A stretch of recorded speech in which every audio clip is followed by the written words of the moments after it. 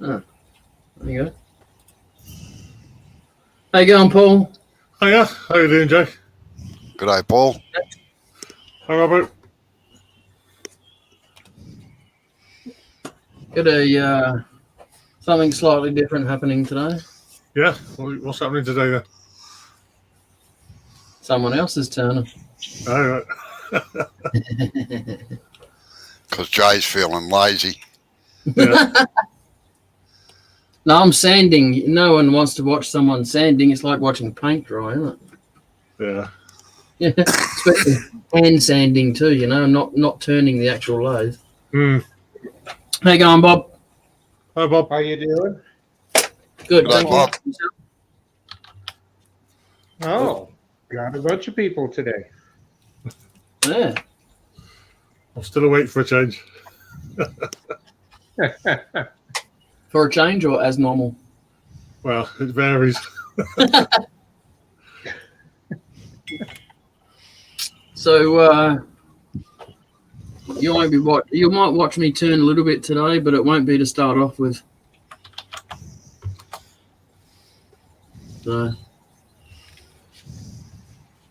we're just doing it's mainly a test just to see what the what we want to test for tonight for Robbo is lag, like Yeah. as in so like when he was doing previous lives, he'd put a tool in and start the cut, and he'd finish the cut, and when he'd got to the end of the cut, the lag had stopped and came back, kind of thing. That's how bad the lag was. So it was kind of a bit of a test because he's on a different internet provider and different computer, and lots of different things have changed. So So we'll see how we go. Sometimes the lag's useful. You can do the turn and then watch yourself. yeah. Well, that's just about what it was. Yeah. You start before you finished. Yeah. And if he's showing a spindle piece, then he's rounded it all down.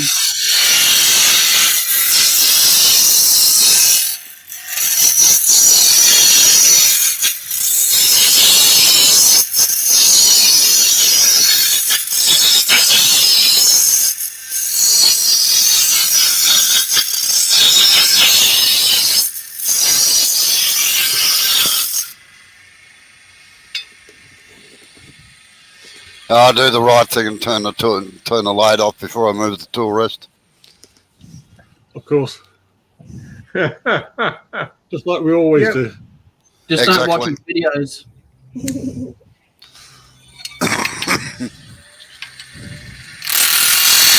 No, normally the tool rests are long enough that I don't have to move it.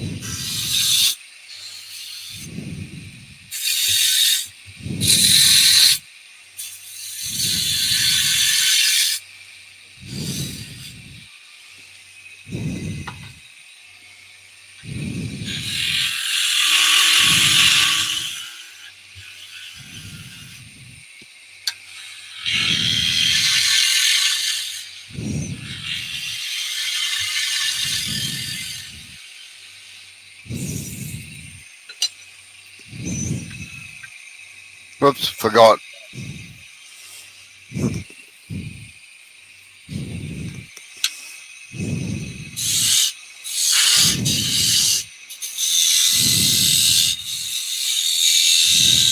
I forget I'm turning slightly harder timber this time.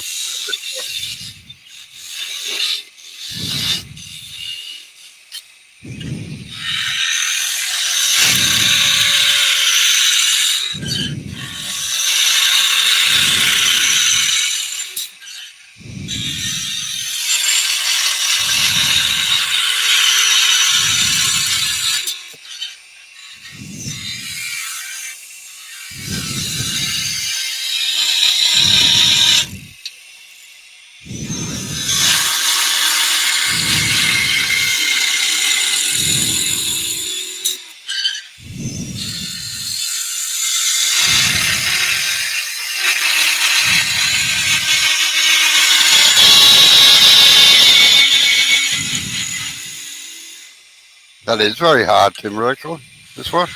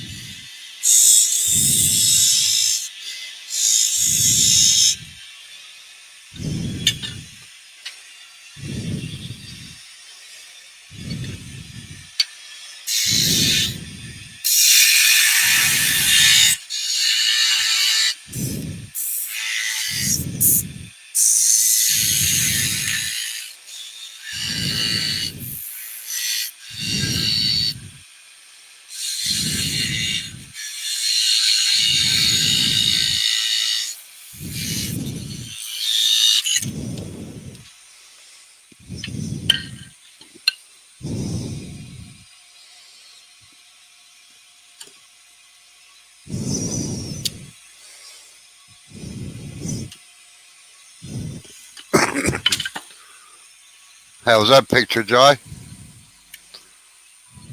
Hello, Dr. Bob's gone, has he?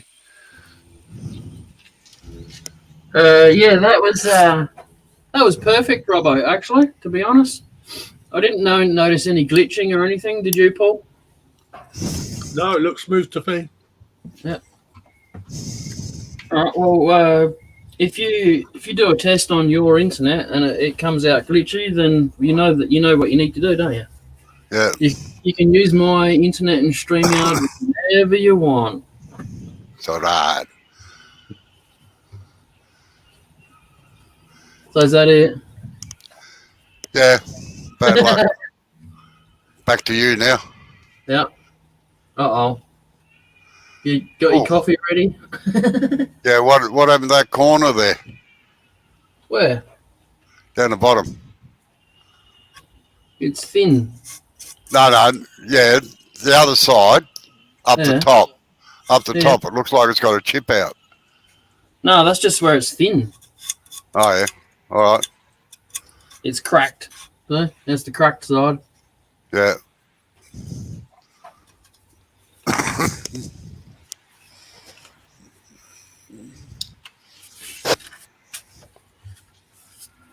Dr. Bob might have had a power failure. They seem to be having a lot of that lately. Yeah. I can hear him in the background, but his video's gone.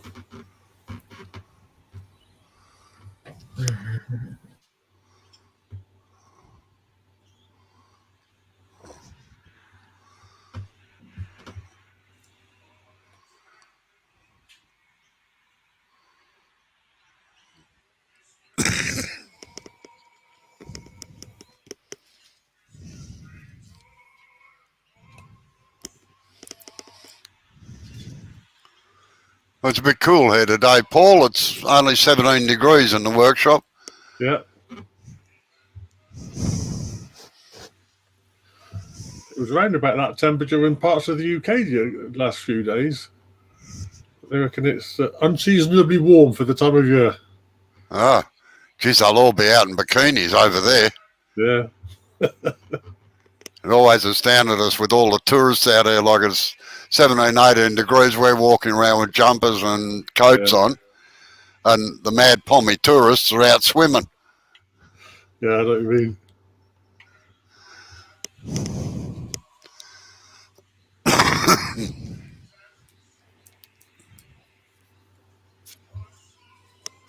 Yeah, we went away for a few days back in September to a couple of coastal resorts on the Welsh coast, and I went swimming one day in the sea, and I thought, well, I haven't done that for a long time. It's about time I did, so I went swimming in the sea, and I think the sea temperature was just about the same as the air temperature. It was about 11, 12 degrees, something like that. You got to make the most of it when you can. Yeah.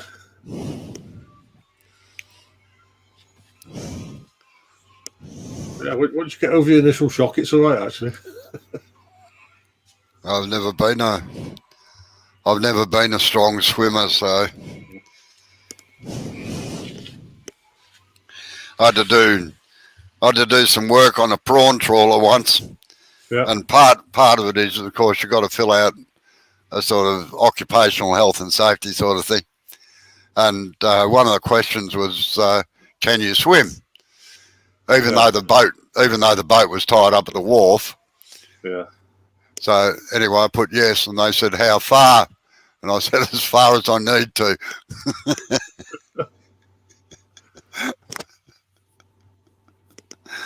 But I thought it was an odd question because it was there at the wharf.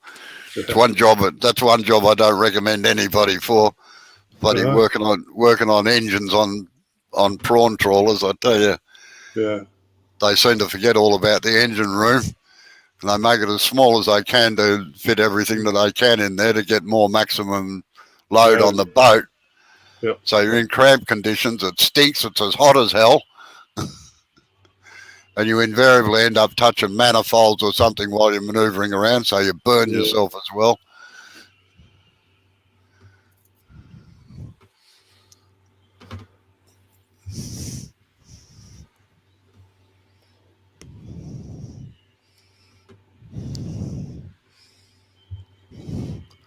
Oh, the place, we live on a major highway here. Mm-hmm. And it's right outside our front door, actually. It's only about 75 yards away. And the police patrol it fairly regularly. And they've just got another one pulled up over the other side of the road now. We got 60 kilometres an hour through here. And they seem to think they can get away with doing 70, 80, 90. Mm.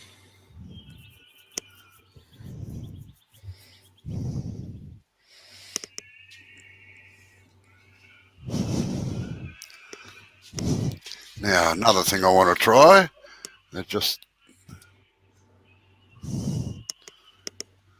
see how quick it switches the camera.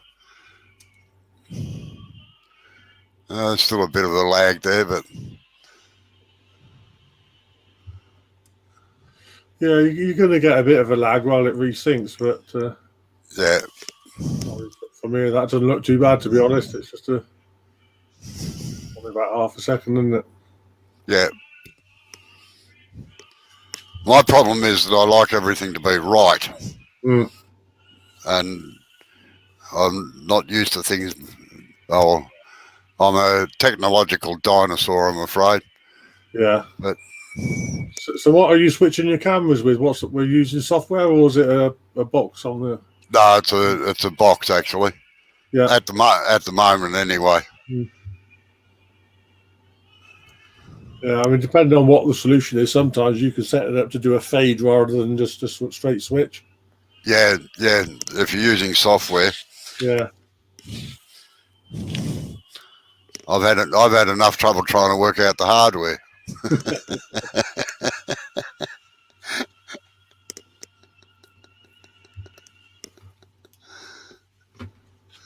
Yeah, when I set up in my workshop, I usually have about 4 cameras plugged in, and I switch that with software. Yeah. Plug them all into the laptop, and they all go through the software. Yeah, well, I've taken the whole system off my laptop, Yeah. which used to be out here, and now I was saying to Jay before, it looks like a power station that's been hit by a cyclone because there's wires everywhere. Yeah. Yeah. When I started doing the live demos or the online demos, I couldn't get a good Wi-Fi signal in my workshop. It's at the side of the house, but the Wi-Fi coverage sort of within the house was okay for most of it, but my workshop was particularly bad, and I ended up buying a long Ethernet cable and plugging it in, and that sort of worked. But then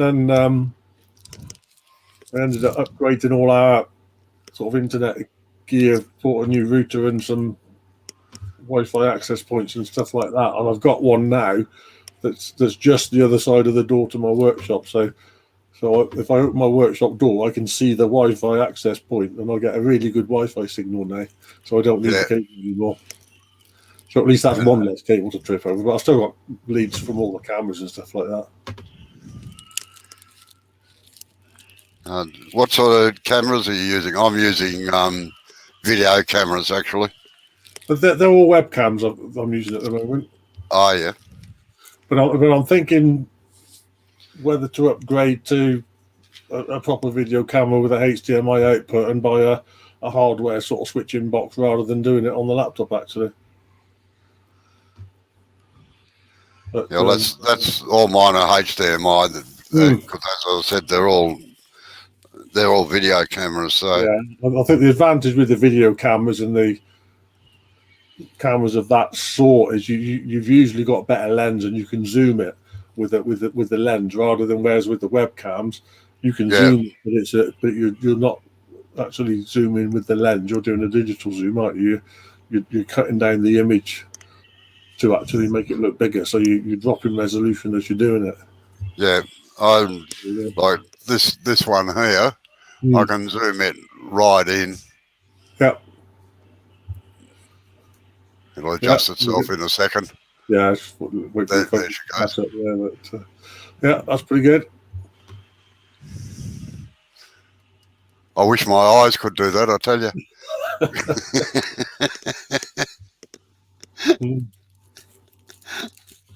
They used to be able to. Yeah.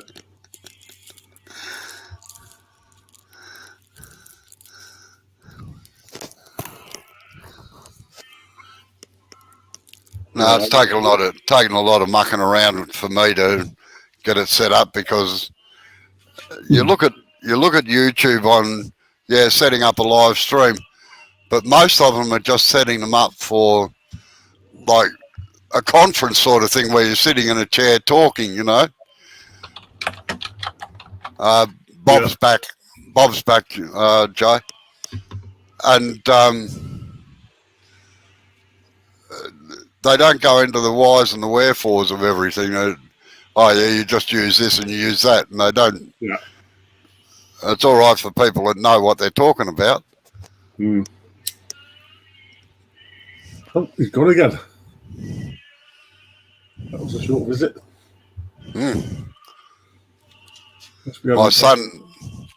My son is a computer programmer. He works in IT and sets up big systems like for big companies and stuff.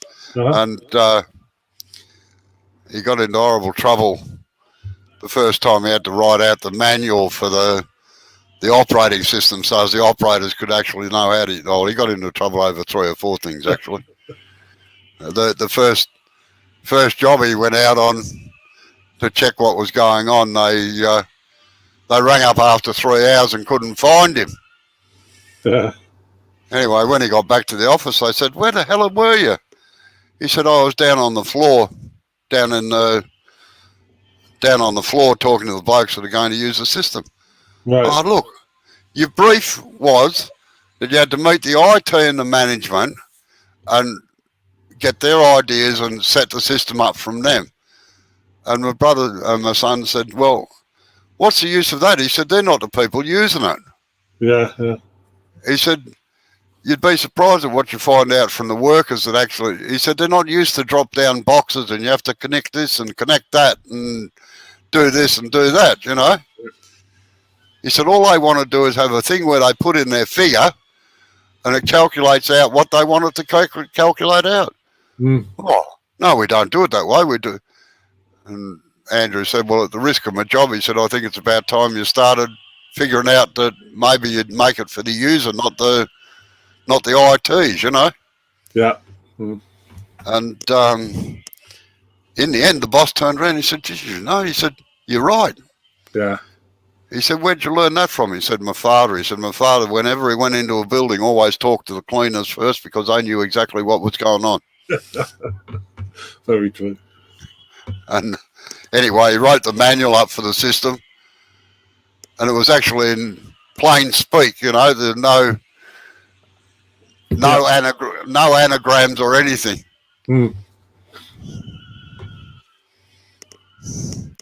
The boss said, "Oh, this is so simple, anybody can follow it." He said, "Well, isn't that the idea?" Yeah. Bob's back again. Let's give him a try.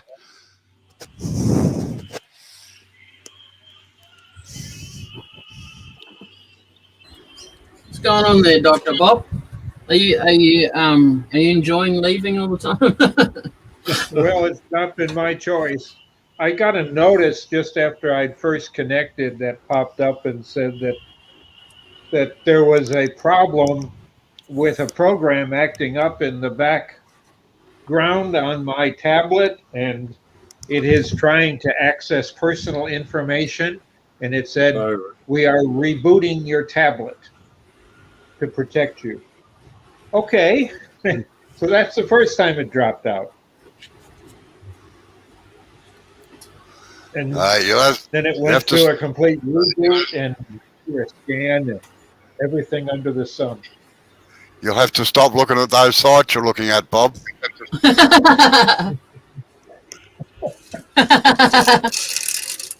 I've been watching about your political row on your 60 Minutes about the Labour Party problem. I think that's fascinating. Isn't that VPN you use meant to stop you from getting all those things, Bob? Because I don't understand the political system. The Labour Party is buying people as members, and people that don't exist are voting.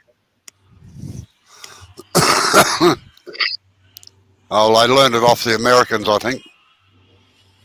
More than likely.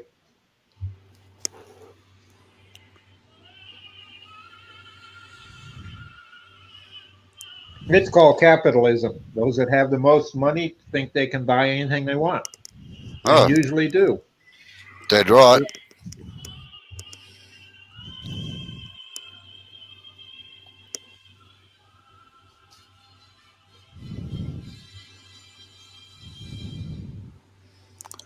Well, I must admit, it's good to be able to transmit again from the bloody workshop instead of in the office. Yeah, I was tempted to set my stuff up in the workshop tonight, but I didn't in the end. I might do it tomorrow night.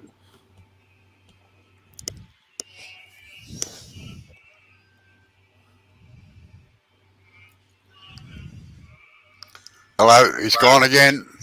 No, he's back.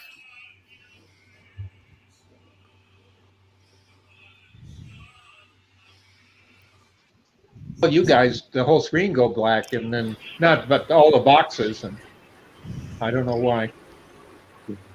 I What know happened? I've got kids playing games.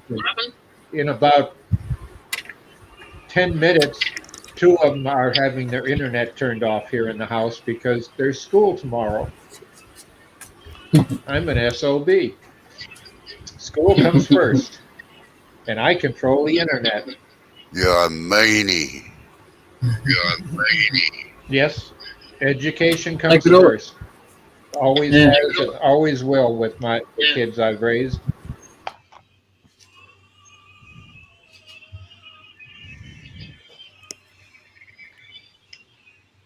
And I've never cared basically what they went into for their majors because invariably every one of them changed majors at least once, depending upon what girl they ended up dating, or they got into a right group of people that they really clicked well with and then changed majors then because they found there's something that they like better than what their high school counselor thought they would be good at. Sometimes you got to wonder about these counsellors, I tell you.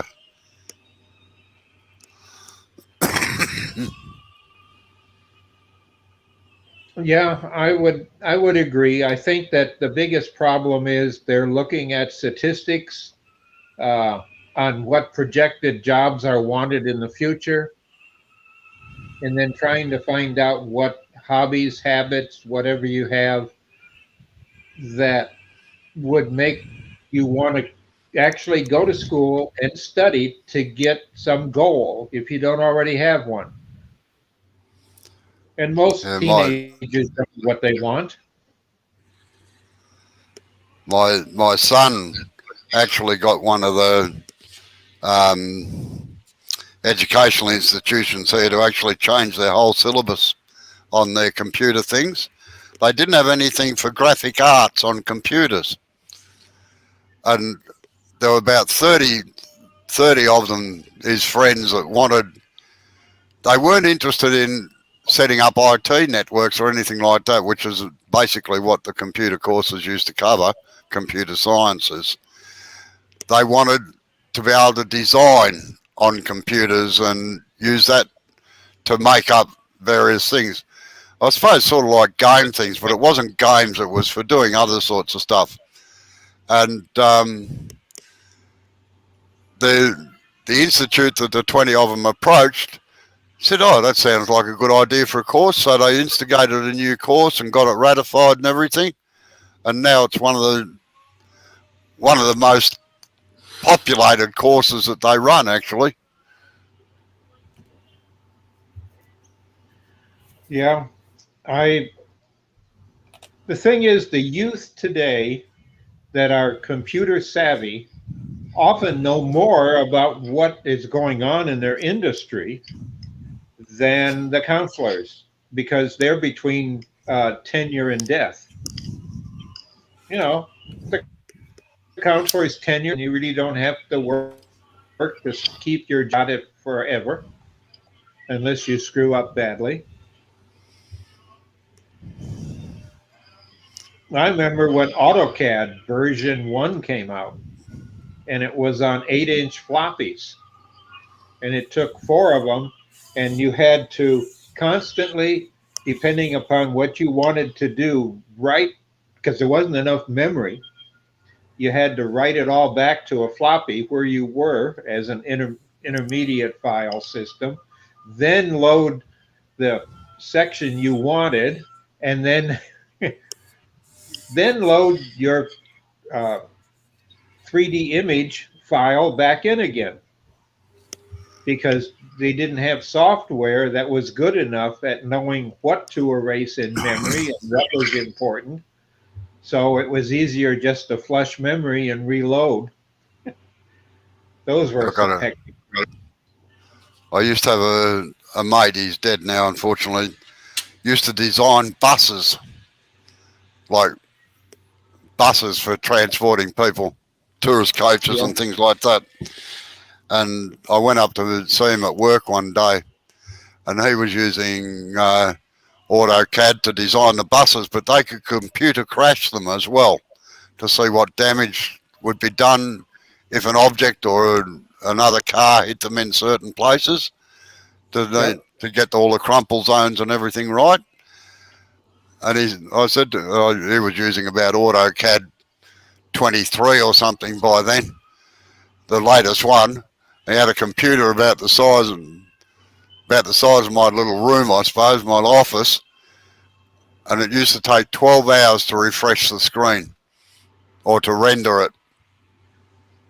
He used to set it going when he knocked off and just let it run overnight.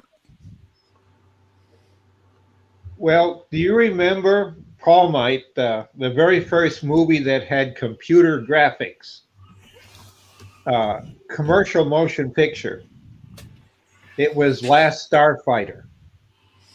And it had 6 scenes in it that were actually generated by a Cray XMP-22 twin tower. And the computer that was used to run the graphics and actually transfer it to 70 millimeter film, and they had to do it as RGB, so you had to generate the three frames one after another and then print them off to the negative. But the negatives, they were all black and white, but they were RGB color that they would later, Panavision would overlay and create one. That would take up to 15 hours to do 6 frames. Jesus. And that was done in Phoenix, Arizona, on the Cray, on that was owned by American Express credit card company, because they just got a twin tower Cray, and they rented one of their towers out for the movie studio. And a good friend of mine, I've known him for a long time. He was in charge of the Cray because he studied and managed Cray at University of Michigan when I worked there and ran a research lab there. And they had a Cray, a single tower that old man Cray gave them. And I'll tell you, there was the funniest thing, Paul, that is one of those things in computer history that there's only 6 of us that ever knew about it, is that, you know, the Cray had to have liquid nitrogen to cool it. Yeah. Well, it seems that the liquid nitrogen pipe that ran from the cylinders, and the computer was in the basement of the building, and it was about 20 feet to 30 feet away in a separate cinder block or poured concrete area where the tanks were kept to cool it. Well, it had sprung a leak. And Bill Knapp and I was there watching, and a couple of people from Panavision who were going over their hardware part of it, and we're all just sitting around waiting, playing cards, and then the alarm goes off about low pressure. Bill goes and picks up a hotline which rang the Cray Service Center in Salt Lake City and told them what was going on. And they couldn't take the computer down because it would stop all bank transactions also. So it was a critical system. You couldn't take one tower down because they had the same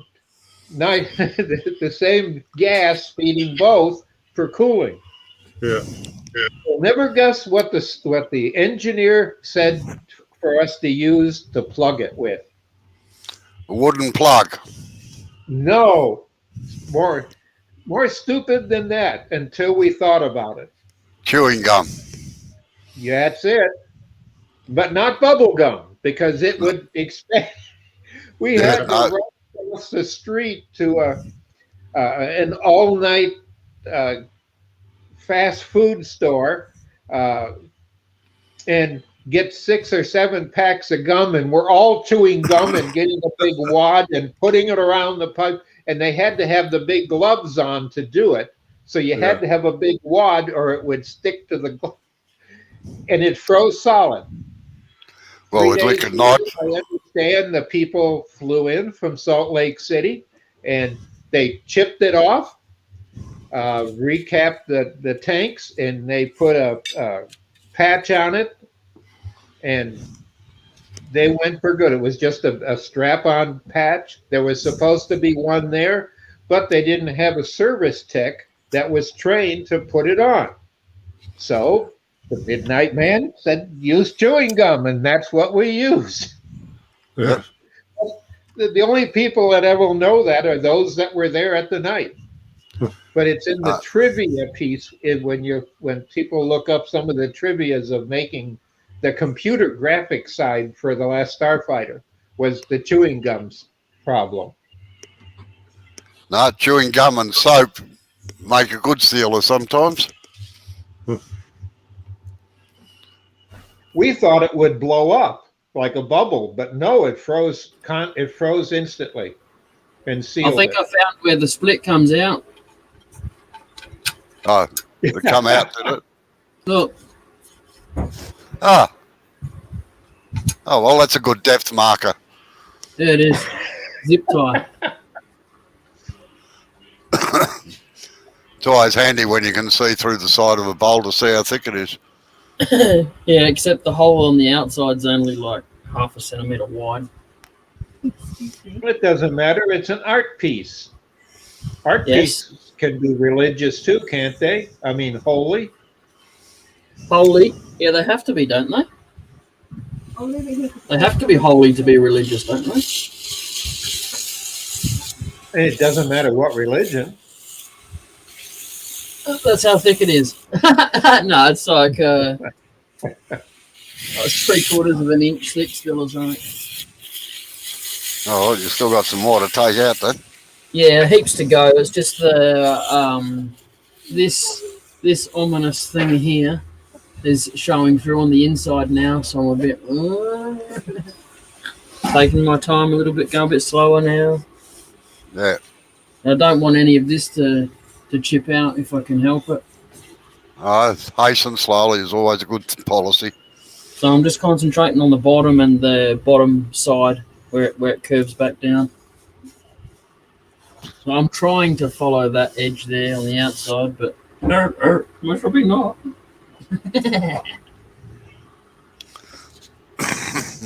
So you're not showing your face today, Robbo? You're going to be a dentist? Yeah. I'm surprised, Robo, you didn't have your big tool rest, the one that I envy. No, I couldn't be bothered setting it up. Yeah. It's called laziness, Bob. So now you're all set up to do lives, Robbo? Pretty well. Again, I think. Yep.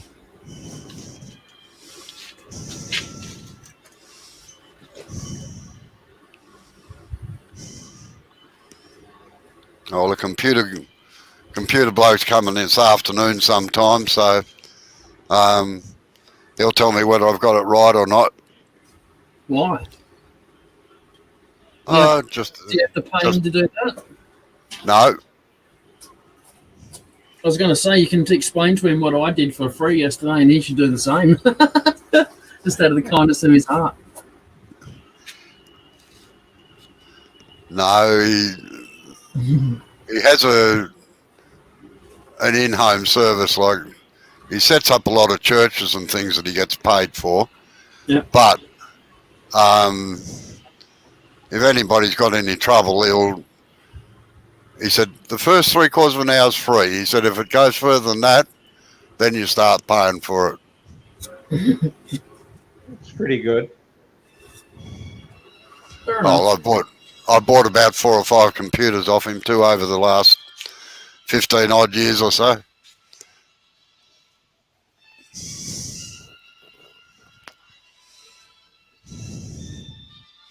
Well, I've just moved, and within the past 6, probably 7 months, I got rid of all the old traditional routers I've got and repeaters and all that stuff and went to a mesh network, the Eero. And I love it. I love it. I mean, it's fast, and the app lets me see what's going on, who, where. Uh, In and other being words, a mesh network, I don't have any blind spots. I can even go 100 feet behind and be able to have service inside of my shop. yeah, Paul and I were just talking about that before. I haven't run a Wi-Fi system in here since I put it in, but I got more cables around there than I at the moment because they're just all draped across everything while I was setting everything up to make sure it was going to work. But Yeah. it looks like a power station that's been hit with a cyclone. Oh yeah. Well, the only person that has the only two items in the house that is hardwired is the 14-year-old, and we're running cat 8 or cat 9 cable up for him, and a Sprint mini cell. And Sprint's our phone carrier, so it's a mini cell phone unit that supports us. Because I happen to be in the shadow because of some construction since we moved here, blocking the cell tower, and then the cell tower itself got hit with lightning, and they're putting a whole new tower up, so we had nothing. So they said, we'll give you a free phone if you'll hang a mini cell on your network, of which I did, and now my neighbors have cell phone back, but I don't pay for any of it.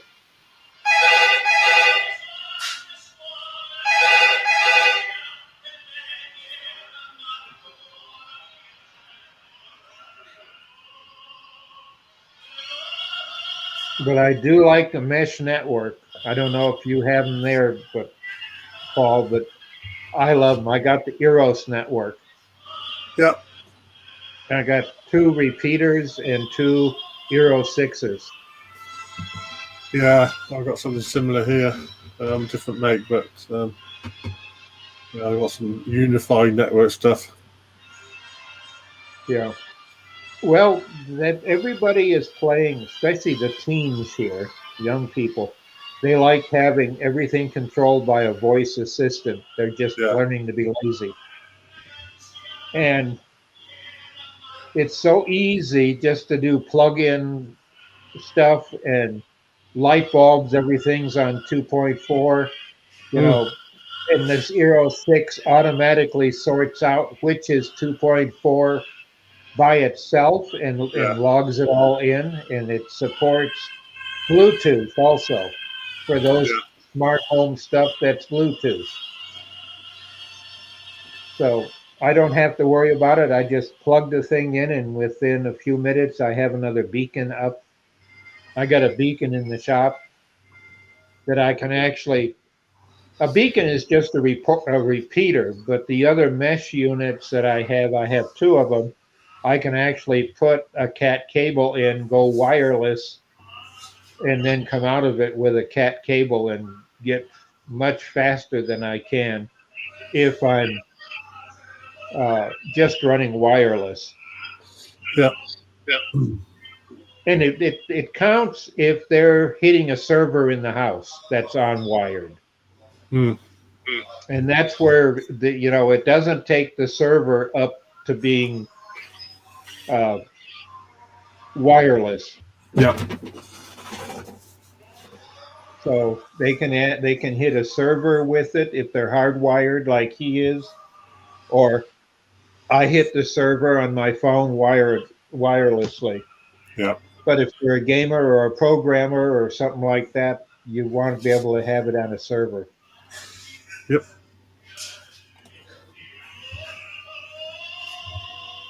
And I was an SOB this summer because I had him put his own server together. Let him fight with the software. Learn while he's at it. helped him when he asked for it, but teenagers, they're stubborn. You learn Yes. by doing.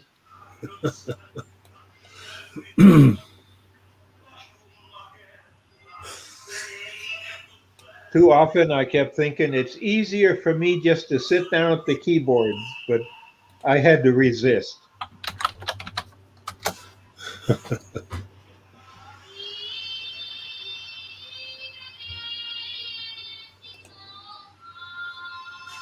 And now, because of Christmas, one of them got a drone with a 2.4 connection.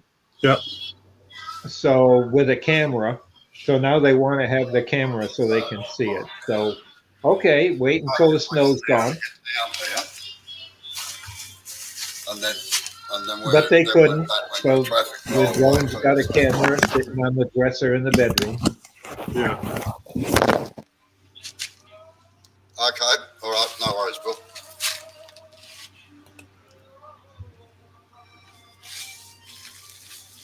That's all I do. Well, I don't think you'll have much trouble finding that, actually. No. Yeah.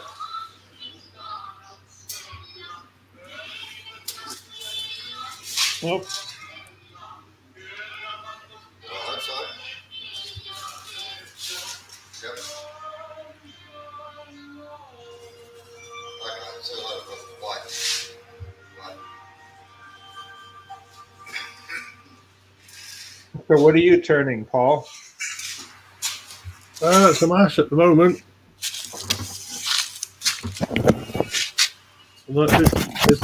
It's air dried as well, so it turns really nice. It's much nicer turning air dried than kiln dried. Oh, yeah. Tell the difference. Yeah.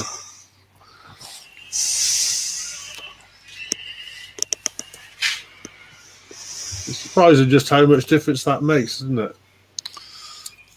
Yeah, it is.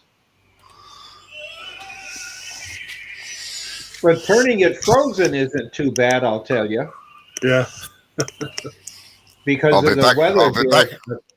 I've turned be a back. couple of bowls that were frozen wood. Yep, see ya. I'll be back in a couple of minutes. Okay. Okay.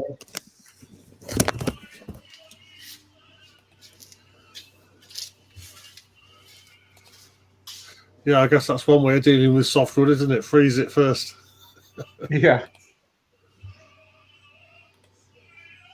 It's not hard, just sit it outside.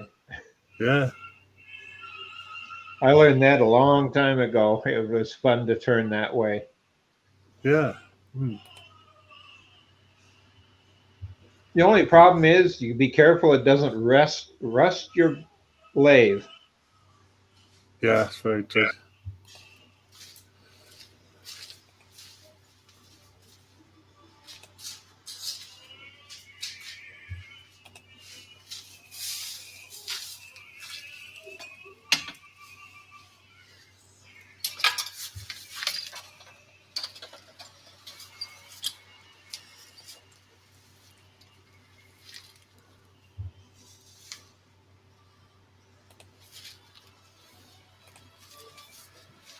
Have you thought about joining our club, Paul? Yeah, I probably will.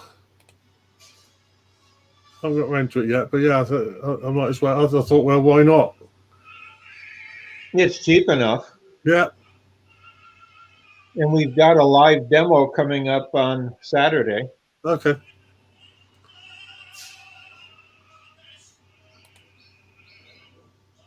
And you can pay through PayPal if you got one. And then, Yeah, I do. Yeah. then Jeff had very easily put you up and let you in. And you can always get a hold of Jeff through Messenger. He's on it quite often. Yeah. A lot of the club members use that to talk back and forth with. And we really pushed it for some people because they'll say, I'm having trouble. And some of the people who are beginners, and you need some help, and they're scared stiff of putting some sort of networking program together. And it's to them, it's just, they're between tenure and death type people. but they do know how to use Facebook Messenger because they use it to talk to their kids and grandkids in video. So that's why all of the people we have that are active in the club that do mentoring watch it, because it's anytime, you see them on, and you can hit the button and reverse the camera and say, I'm having a trouble with this, how do I fix it? And someone's right there, within a matter of a few minutes. If not, if they're online and the little green dots lit up, they're there to help you, because they also have a private one that they use for their family and stuff like that. So if they're lit up through their Facebook page, Yeah. they're there to help. And I think that is fantastic. Instant help with your cell phone, and any senior, Yeah. you know, can very easily get to do it, because most of them have been forced to do it with COVID to talk to their grandkids or kids. Yeah.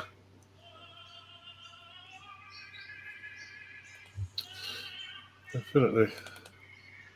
It's maybe cruel to think of, but after COVID's over, there's going to be probably a lot of people talking about what we learned from it. And to me, yeah, we learned a lot about medicine. We know, a lot of things that you have to do and people won't.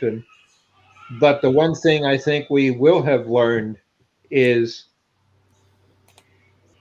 how to communicate and do it online and not be afraid of it. Because that's where a majority of people are getting information and help.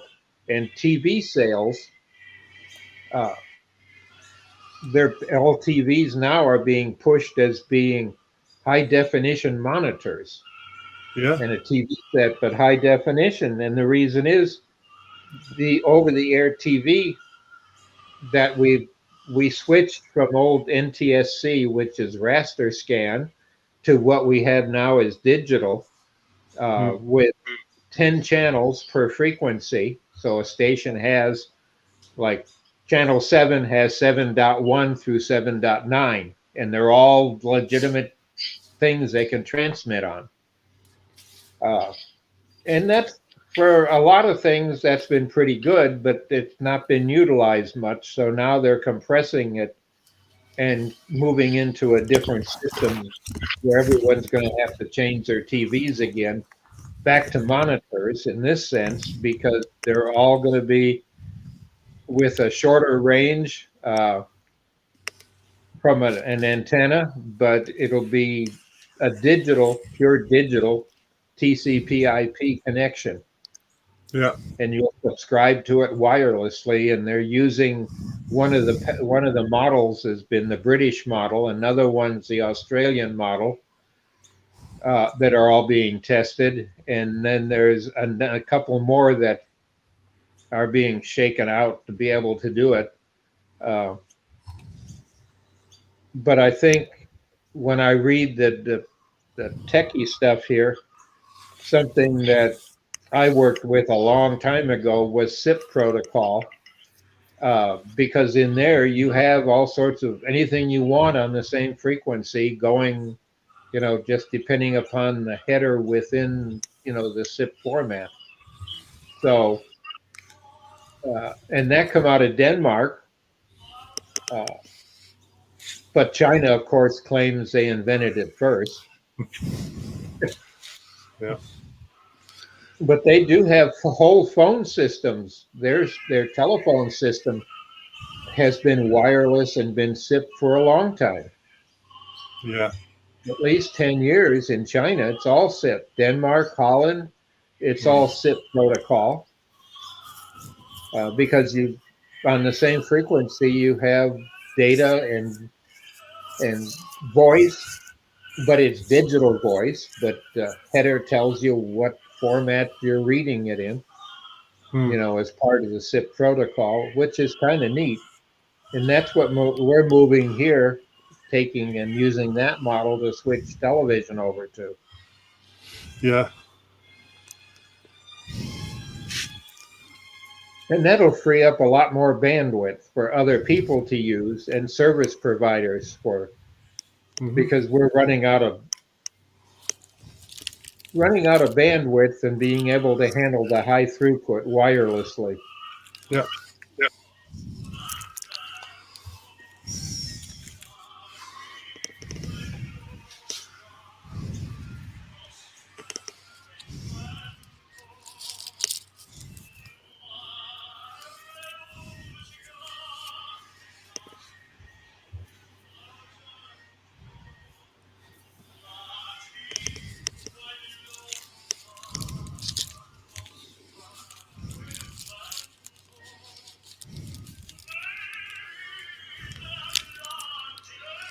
Now I can always tell the music. Robo, he loves opera. Yeah.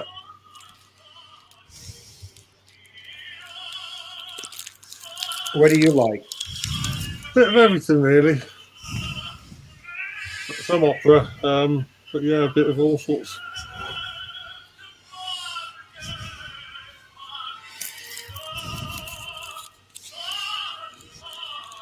I was lucky. My parents did a lot of stuff in show business in early days. Grandparents on my mother's side of the family, they were in old time radio. She appeared not appeared, but she was a voice in a lot of radio shows. Yeah. And they out of Detroit was one of the three major areas where radio appeared in this country for making the major networks with like Lone Ranger and the comedy shows, and so I was brought up with all that.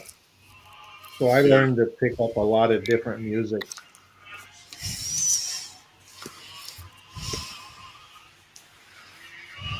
In fact, they got a picture that was handed down through the family about me sitting with headphones on at an old microphone, a 1930s microphone, Right. or 40s microphone at the local TV station while I was being watched by one of the engineers while my mother was running between two studios. Because before, when it was live, they put them on separate networks, and networks in those days was actual physical wire, but they had to do it for each time zone. Yeah. So you'd do Eastern, and then you'd do the whole show over again for Central, and then you didn't worry about anything else for 2 hours because that was the middle of nowhere, farmland, and didn't matter. They prefer to have it on California time, Pacific, because they'd now got the cows in and they could listen to radio. In essence, that was the joke. So everything had to be in three time zones, How you going, and Chris? they would do that back and forth, so they do the same show over 2 hours, have lunch, an hour off, and the same show again for California. And they talk about how the dialogue would be changed. G'day, Chris. How are you?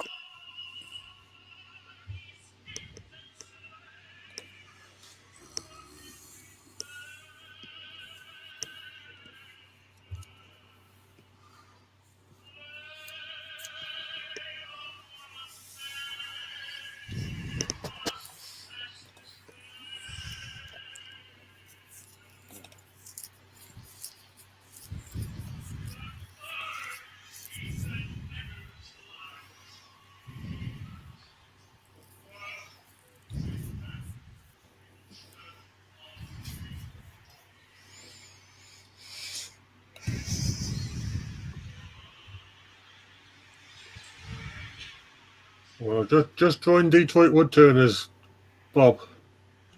Good. Just paid my dues.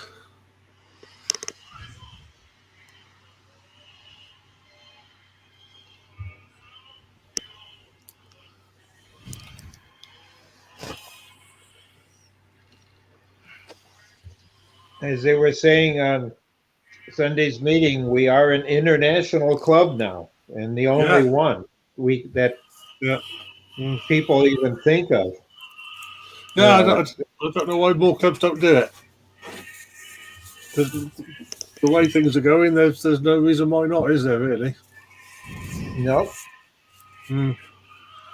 And I think at times you get sick and tired of hearing Joe complain about his lathe, or you come to a meeting and all you want to do is sit and play cards because everybody knows everybody and Yeah. there's nothing new. Yeah. And that happens when you've got, a small area to draw from. And that's what caused a lot of social organizations to dwindle. And I won't call it church a social organization, but a congregation, yes, that can be, but when you've got competition, so you can move from one to the other within an area, then they tend to grow based on what people like and the age group or where their kids go to school. But with wood turning, it's not that big a deal. Yeah. So in our case, we get online and people come, we have people, even Cade, as far away as he lives, it'd be a 4 hour, 5 hour train ride if he wanted to do it. Yeah. But we have people in Canada that are regular members and they'll drive an hour and a half to come to our meetings. Yeah. And then there's the socialization afterwards, and people get to head out to different places to have dinner depending on what you like. And when we have a picnic, it's a big potluck picnic, and we get our big saw out. One of the members has a saw that it takes whole trees and cuts them down into boards of any size. He pulls it behind his pickup truck. And we cut up wood for people because we have a lot of flat workers that also are part of the club because they like getting wood and talking about woodworking again. Yeah.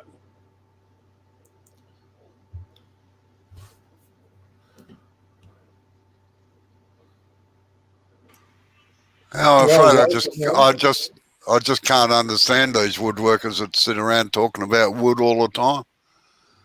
Seems alien to me.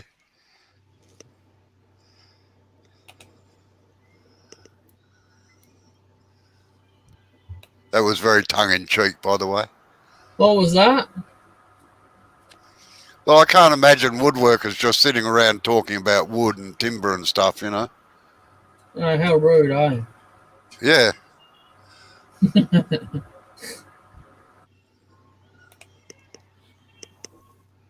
And when the women get together, because we have a lot of women that come with their husbands or boyfriends, and we have some women turners too. They're busy talking about what their kids are doing too. Yeah. And then it seems that as guys want to try and get industrial arts, woodworking back into the schools, the women seem to have an easier way of getting school boards that, they get down and they'll fight for it. And they say, if you can have cooking and domestic arts, you need to have, so they know how to fix something at home.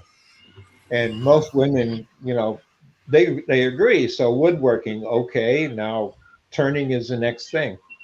It's just another form. Yeah, I think they should be taught basic skills of like woodworking, metalworking as a minimum, really, at school. Yeah, I think one of the reasons is the fact that not everybody can be a computer geek. Not everyone can be a super chef or a immunologist or a lawyer. Some people just do not have that as an ambition. And if it's not an ambition, they won't succeed in school. It'd be a waste of money. But yeah, but even with all the computer technology and the the manpower needed to run it all these days. You still need plumbers, you still need carpenters, Yep. handymen, all that sort of stuff. You still need people to do that. So people need those basic skills. And I mean, most of us at some point or another are going to need to do some DIY repairs, aren't we? Fixing a tap or whatever. But it's useful to have some of those basic skills, isn't it? It is. How you going, Sarge? G'day, Sarge. Howdy, Sarge. Still up lamppost Where are you there? at tonight? Yeah, otherwise he'd be in here, Robbo.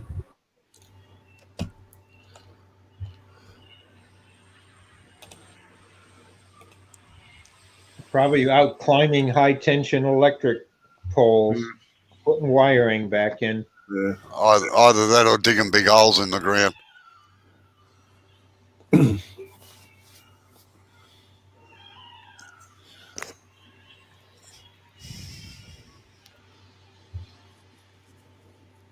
Yeah, g'day, Lewis. How you going, Lewis? Yeah.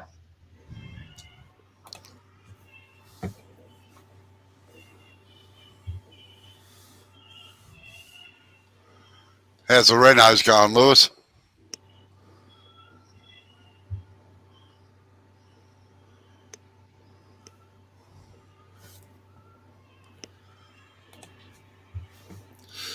Hi.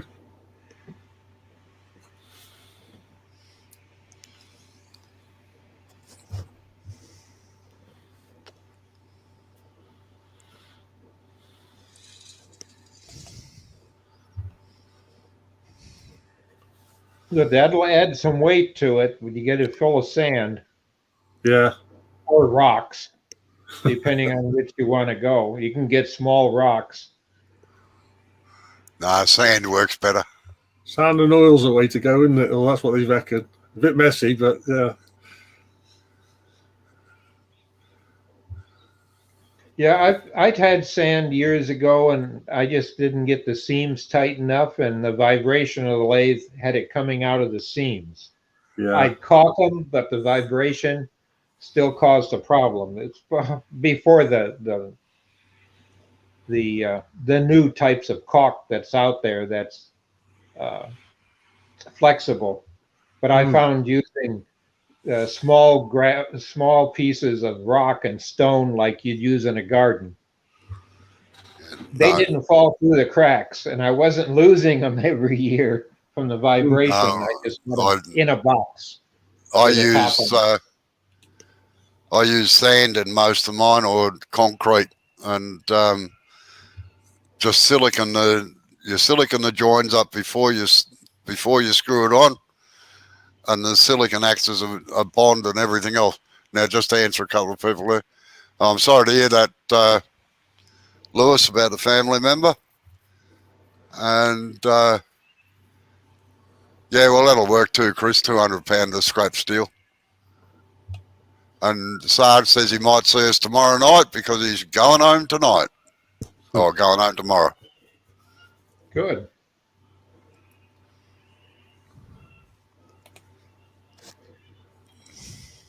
Well, since I got my Powermatic, I haven't needed to add weight. Yeah.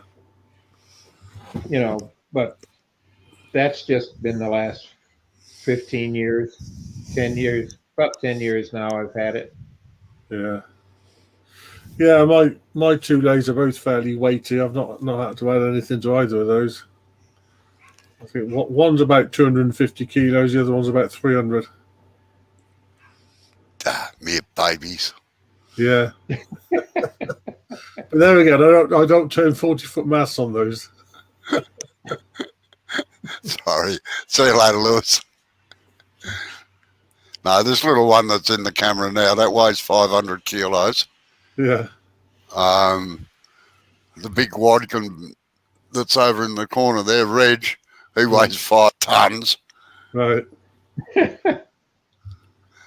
But the funny part about it is Henry, the biggest one along the 40-footer along the wall there, Yeah. that only weighs 1.5 tons. Yeah. But it's completely braced every which way but loose. Hmm. And you've either got, as I've always said, you've either got to have bracing or ballast. And if you Yeah. get both, that's even better. Yeah. Hmm. One of the ones out the back in the container that weighs just on 2 tons, because we actually built a box around that and poured 2 cubic meters of concrete into it. Yeah. Makes a good workbench, actually. Hmm.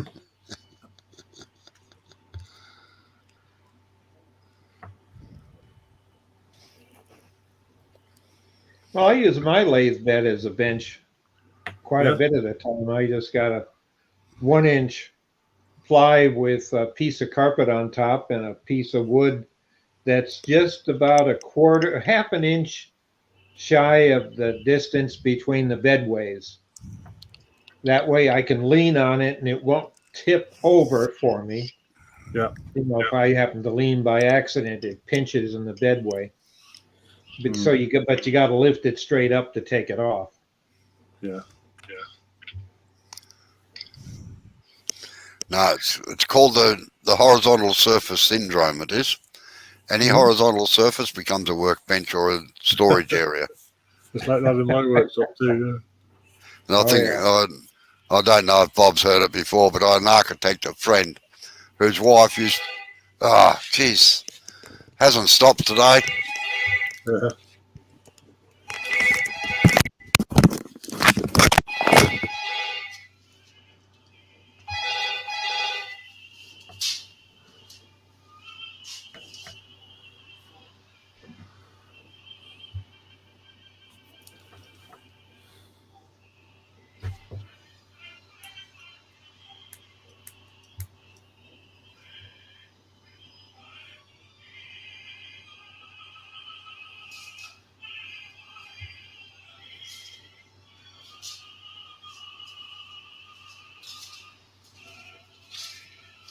All right, yourself. What's up, Doc?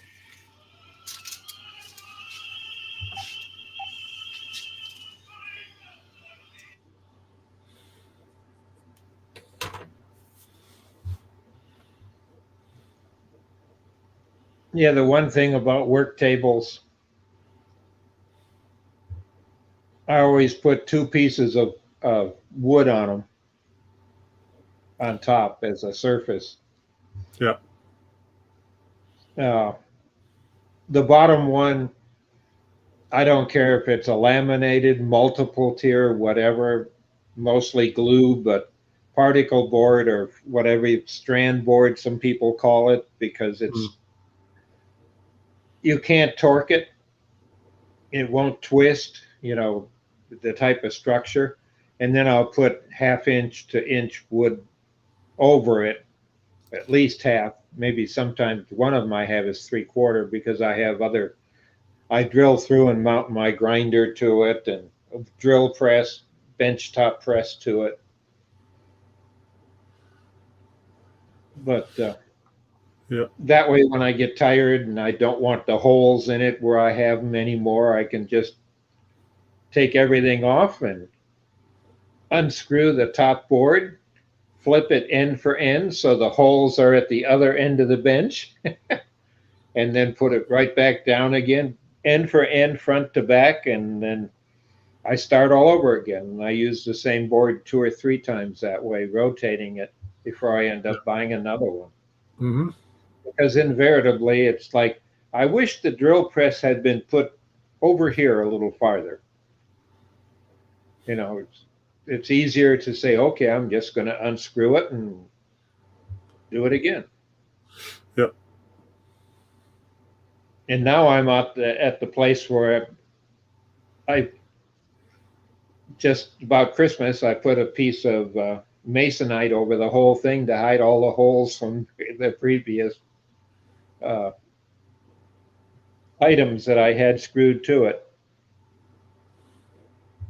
Just being cheap and couldn't get out, didn't have the money to buy another big sheet of decent plywood. Mm.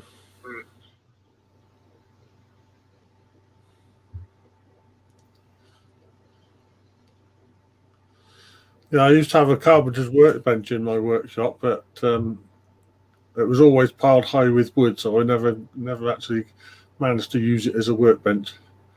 But in the end, I got rid of it. Needed more space, so I got rid of it. Yeah, I gave mine to my brother. Mm.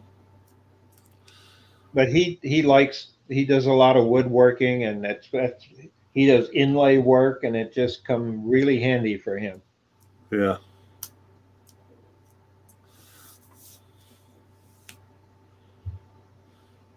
And then we got him a lathe because he liked coming to my place, and now he's got his own lathe, but with shut in, that's fine. He's got a shop he's in a home because of his wife Mm.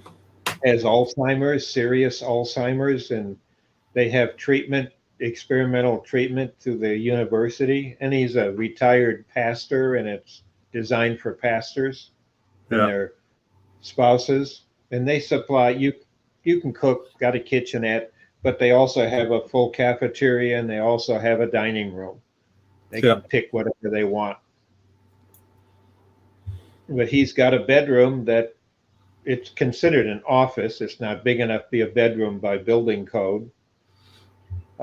You can't put a double bed in it, and night tables and a dresser. How you going, Mike? But now he's turning in there Mm. and doing inlay work and carving. Yeah.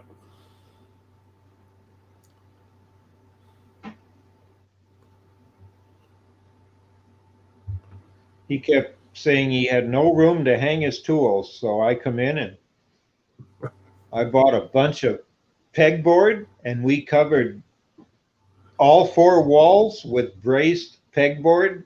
Yeah.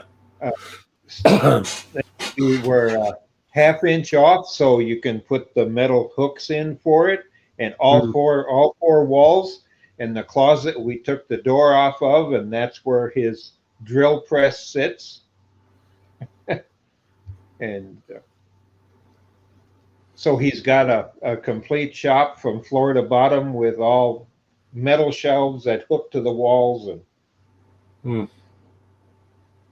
but now he Yeah, I can put lots go of in shelves in my workshop when I've sort of put it all together. So there's not a lot of wall left for things like pegboard or anything like that. So yeah, probably could have used a bit of space for that if I'd have thought about it.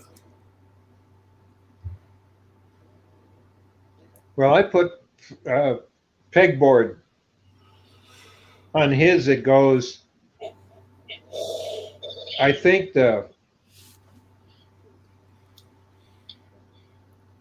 we're at 3 foot up.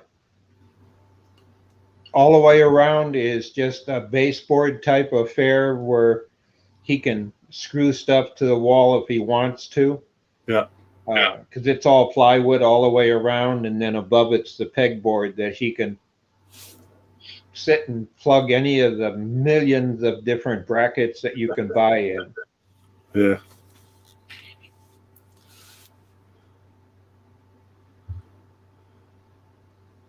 It's nice, it's cozy. He can sit in there on a chair that's on casters and swivel between the lathe or his one of 2 different workbenches, and have 2 or 3 projects out, and it keeps him content, especially during the lockdown.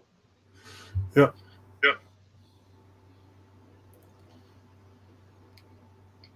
Yeah, it's always good to have somewhere to do stuff, isn't it? Yeah.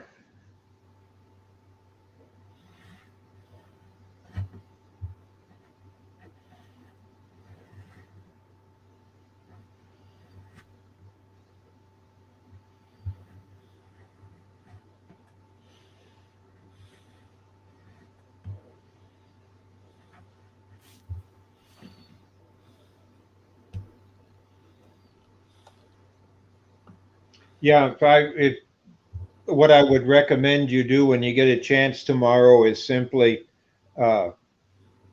through Messenger, just text Jeff the fact that, you know, you've got your membership, because that comes in and the membership chairman sees it. Then he'll see to it that you get the invitation sent out for our demonstrator Saturday, Yeah. because it'll be a separate ID, same ID but a different password, same Zoom Right. account. Yeah. Uh-huh. We've got a 200 person or 300 person Zoom account. Right.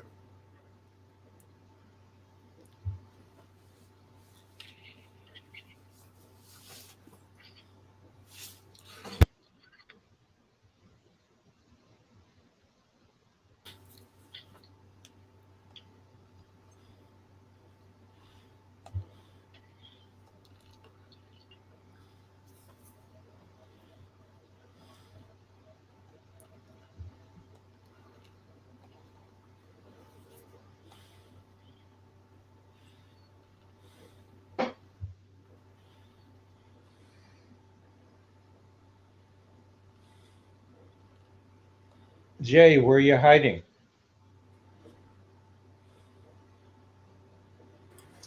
I'm not. I was unplugging stuff and plugging my fan back in because I'm getting a bit warm. It's getting a bit hot here, you know. Oh, it is. We can have some of our snow, but it's melting. No, So thank it's you. mud. I appreciate the offer, but nah, you can keep that.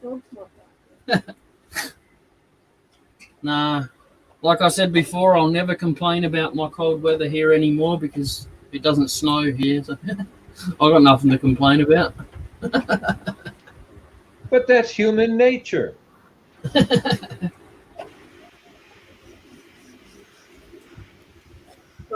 So If we were content with everything the way it always has been, we would never progress. Yeah, We'd never have aspirations. nice one, Mike. Yeah, it might as well be. It's thin enough. That's why I put tape on it, because this part looks like it started to sound different. So I've got the tape on it just as a just in case. Smart thinking. Sorry? Smart thinking. Yeah, I got that from Cade, actually. That was his idea. That more. I got it from him at least. I don't know whose idea it was, but Been done for years. yeah, I know. Most probably Robbo, but I'm just saying. Yeah. In fact, if you want to make it look really special, get packaging tape. Yeah. That's like sellotape, sticky tape, and wrap it in that. And when it spins, man, it's got a high gloss on it, and everybody looks at it and thinks, "Wow, how'd you get that shine on it?" Can I leave it on there? And then they're disappointed when you switch it off. Yep. Well, this one's called the green bowl, all right? There you go. I'll leave the sticky tape on there for it. Yeah. No? It's called chicken tape. Tough crowd, I tell you. No, I definitely heard a different sound, so I thought it was just best to Prudence is the better part of valor. Prudence. I don't like her. She's mean.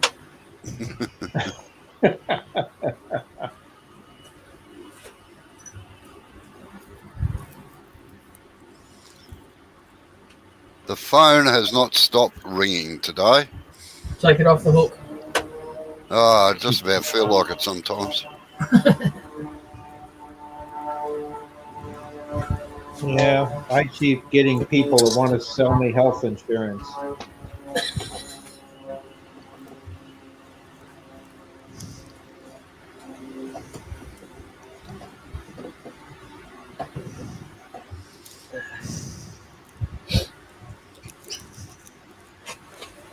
Oh, God, that's a long way down. What, the floor? Yeah. Well, you just have to stop growing taller, that's all. I know. fatter too doesn't help.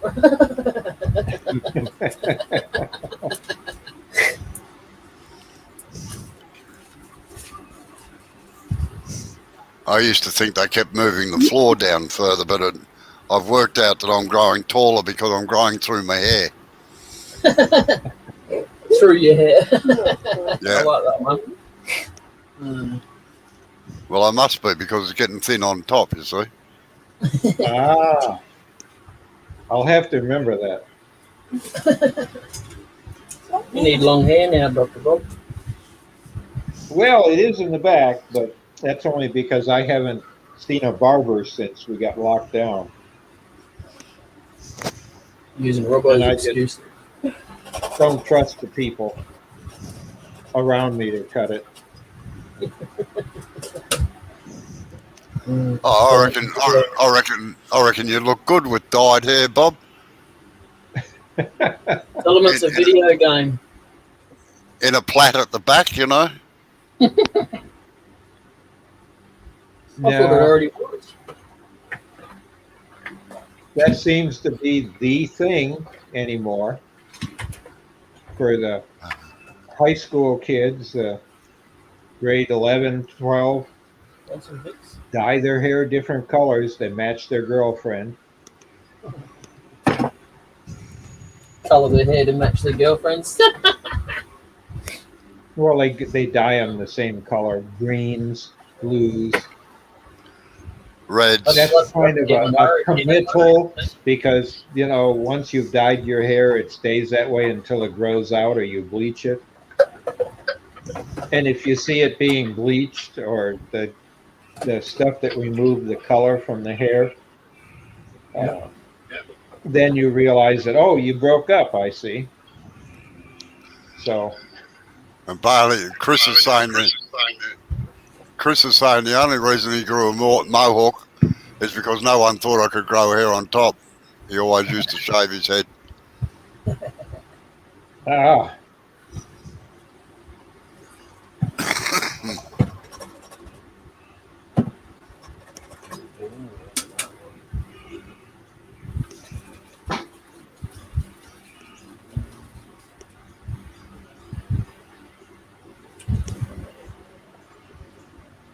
Well, I got a dog that is whining to go outside, and I don't want to clean up a mess. So you'd best do it. Yeah, but it's that time that I probably ought to hit the old bed here because my Fitbit is a tattletale device. My doctor knows if I'm in bed. Yes. Everything is so automated here, Paul, for medicine. It reports back, it's all Bluetooth to an app on my phone or my tablet, and along with the blood pressure and the glucometer for my diabetes, and the scale is all Bluetooth. They said, you can't come in to have it done. Here's a care package, and this is what you do every day, and we check up on you automatically online, and if I miss something by 2 days, I get a phone call. Yeah. But that's interesting medical care. I mean, that's all they can do. You know, I go in for blood tests quarterly, but the rest of it is just keeping tabs. Yeah. And granted, I don't do enough walking, so the Fitbit tells them that, and if I take it off, it tracks when it's off. Then I get a nasty text message. Oh my God, that bit my nail. So I better go. I'll catch you tomorrow night. Welcome again to our club, Paul. Okay. No, thanks for coming in. Yep. Cheers, Bob. Take care. Night. Bye-bye. Bye. I don't need a machine to do that for me. I got a wife.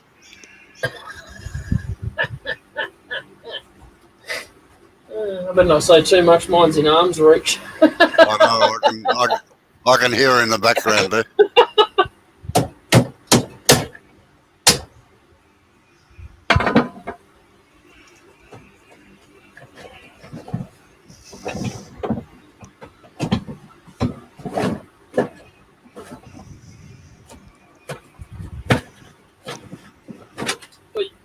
Whoops, Paul. Oh, he's back Yep. again. Dropped out there by the looks of it, yeah. Yeah.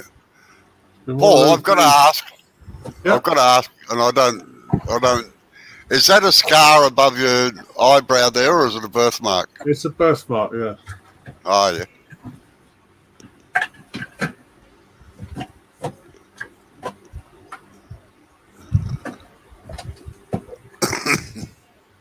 No, all the marks on my forehead are all bloody scars.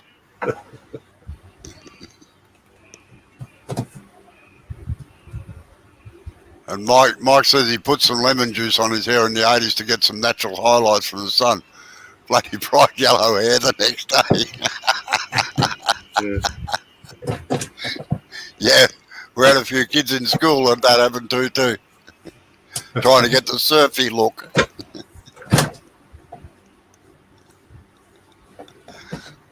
And another kid that tried something similar ended up with green hair.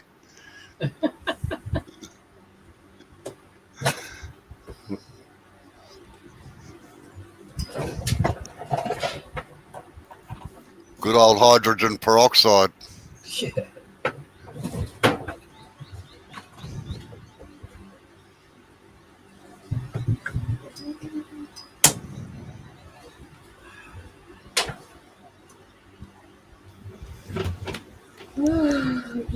Just going through my colours and seeing if I've got any greens or something like that.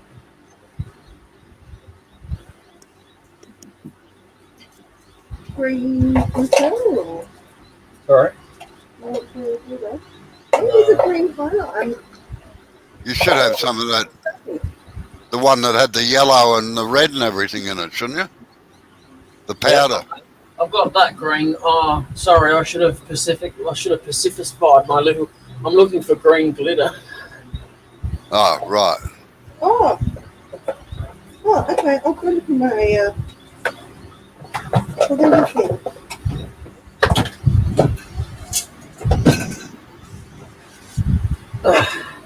You can finish this one if you like. No, you're right, mate. Do you need the glitter right now? No, you're good.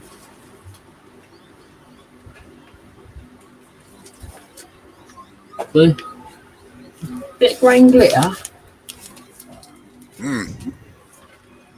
Very Larry. Woohoo!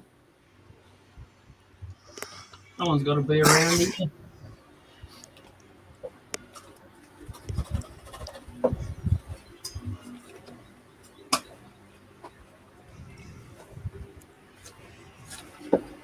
What's the time, honeycomb? Time to get a watch. No, I don't want it then. It's about 2 o'clock. Is your 2:30? Not today, but thank you. It's 2:30. Yeah, I know. I get to do roast veggies on. No, it's not. It's not. It's 3 o'clock. Yeah, it's too late. No, 2:30. 3 o'clock. No, my 2:30. Oh, you're 2:30. You need to go to a dentist then. They don't show their face. That's the problem.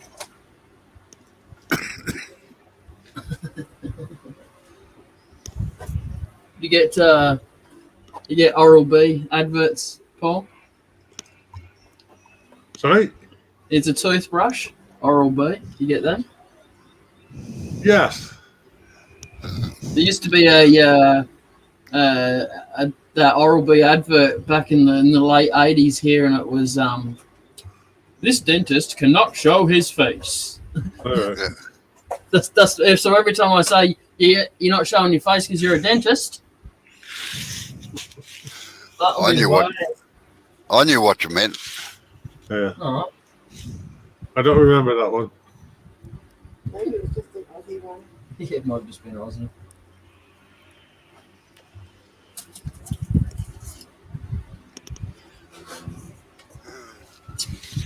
And what's the next AWGB topic of conversation, Paul? I'll have a look. I can't remember now.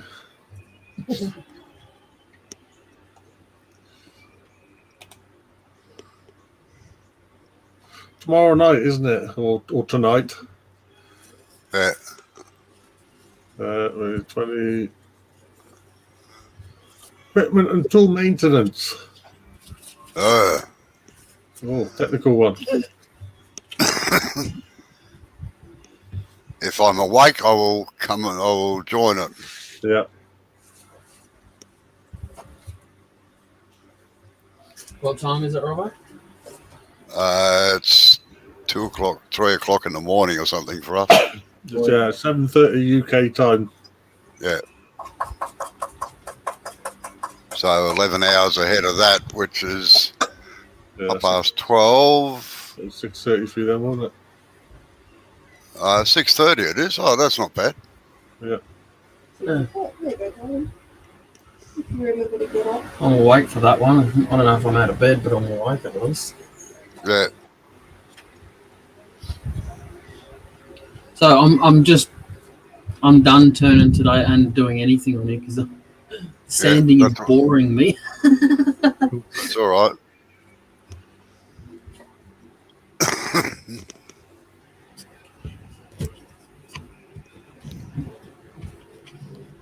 Then next week we've got ring turning, which is what they used to make. You ever seen that? Like this, I used to do it. To like make little toys and things like that. Yeah, cows and Yeah. sheep and stuff. And that's next Tuesday, and Friday next week we've got chemical treatments for wood. It's like ammonia and bleach and vinegar and all sorts of things like that. Yeah, I think you should have a night on how to pickle a wood turner. Yeah. The various beverages needed.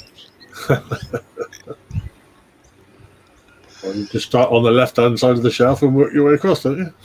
Yeah. Is that what you call a pub crawl at home? Yeah. Yeah. We get to one at the moment here. None of the pubs are open. Yeah, that's. I was going to say that's the COVID crawl. Yeah. COVID crawl.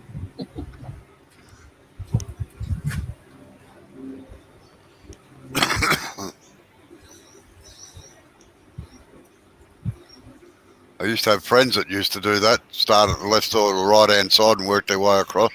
Yeah. See how far they could get. Uh-huh.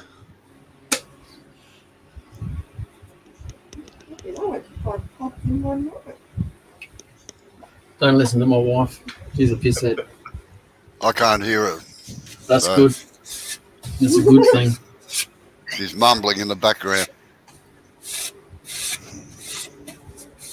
Mumbles are good when they come from her. That was Dick Tracy's arch enemy, Mumbles. Oh, is it? All right. Yeah.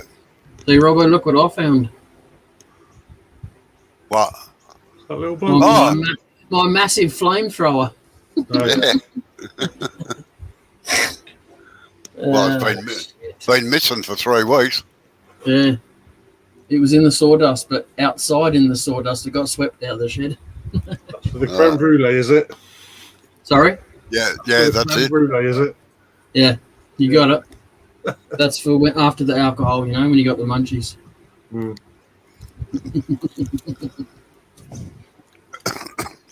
So I got, I was going to say, yeah. Oh, shit, the camera's pointing at me. Ugh, let's do that for. This bit here, right? It's hard. I'll see if I can get more light on it a little bit.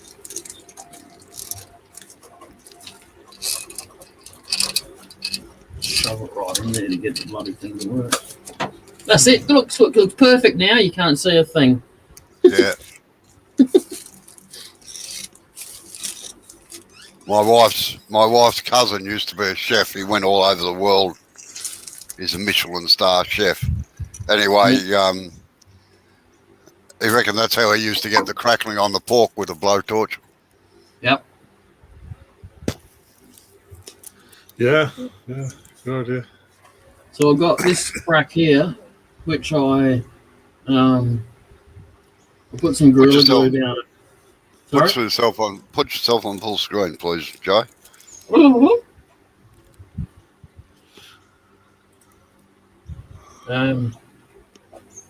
This crack here, that it actually went down a fair way. I think I had about like this much of the handle left on it when I pushed it down into there originally. Yeah. I super glued it. I haven't gone past the super glue, but it's on the inside now. Yeah. That was one of the reasons I stopped using the tool. Yeah. That piece there will just break off if I've yanked on it hard enough. So that's why. Sorry, what? And Mike says that I used to do days drinking with random rules like cross the road at every crossing and turn right, find next pub. It's amazing how far from home you could get. Just remember the way back. Just remember to turn left on the way home, Yeah. If you can find home, that is. Yes.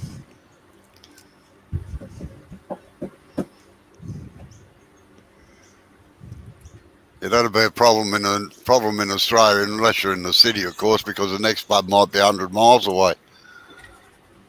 Oh, you have to be in a country town. They're on every corner. Only in big country towns. Yeah. Oh, yeah, I don't know. You want to travel the York Peninsula of South Australia? I'm pretty sure every country town along there's got more pubs than the population. Yeah, two of them. Two pubs. It's just the street.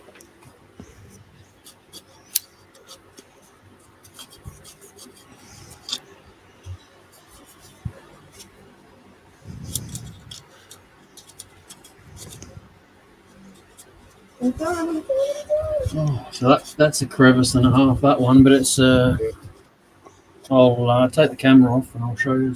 That's a bit of character. Yeah, it's only tiny on the outside. You would hardly even notice that. See if I can get it in the light, you twat. Right there. That's where it comes out. Oh yeah, yeah. Oh yeah.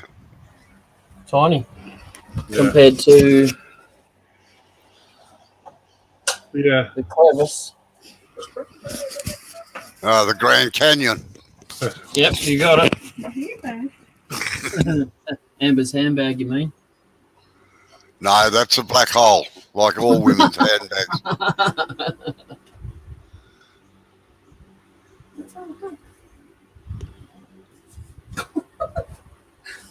Yeah, sometimes I fill cracks with brass powder and glue, and sometimes just shavings, but sometimes I just leave them. It depends what it is, really. Yep. Yeah, well, I'm the same. I very rarely fill cracks up if they're not structural. I don't worry about them. I think it adds to the piece rather than that. Yeah, Rather than do anything with it. Yeah, I don't think it matters, does it, really? Of course, it could be construed as laziness too on my part. Can't read the writing on it. It says Adeline Louise. Louise. Sorry. Yeah, it still can't. You got it too close to the camera. Just a big hand.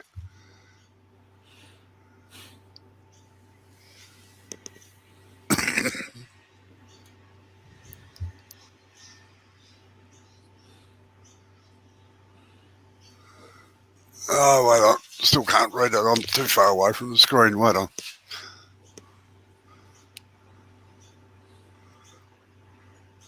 Oh, yeah. Right. What's that for? Yeah, good night, Chris. See you, Chris. Oh, just because a niece came here a couple of days ago, and that was Right next. oh, sorry, great niece, Oodie Woody. Oh, well, that was the Mothers Club meeting, yeah. Yeah, that's it.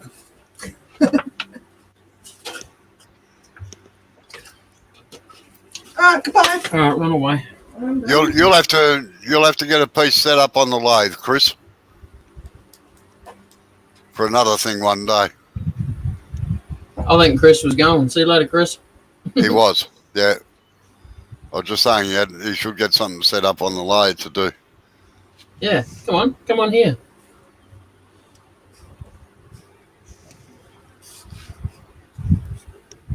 I'll set aside one day a week so people can come on here and turn. That's a good shot there, Robbo.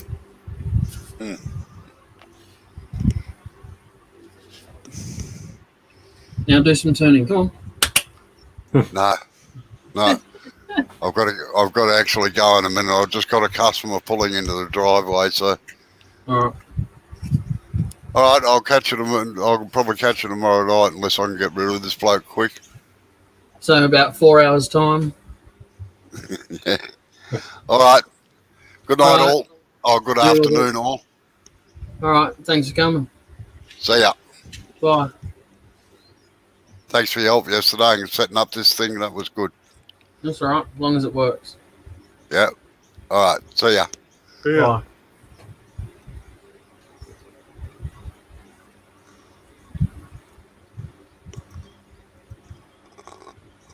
I got about 15 minutes and I knock it on the head anyway.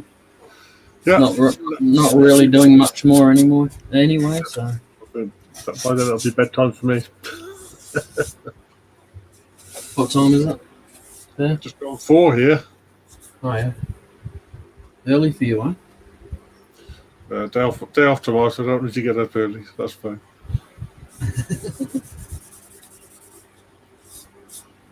I'll appreciate you coming in anyway. No problem.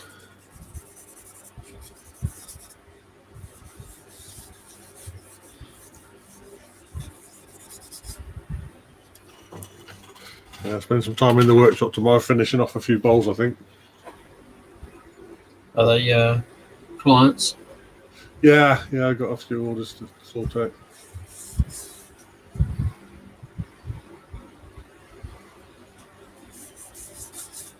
And I've also just got lots of half-finished things. And I think, I just need to finish some of these things and clear the decks. Yes. No, I've got a bad habit of leaving the tenon on things and just putting it to the side and go, I'll do that later. Yeah.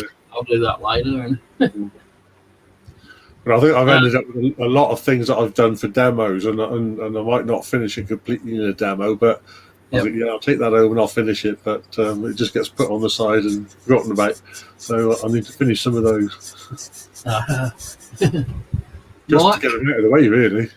Yes, make some space. Yeah.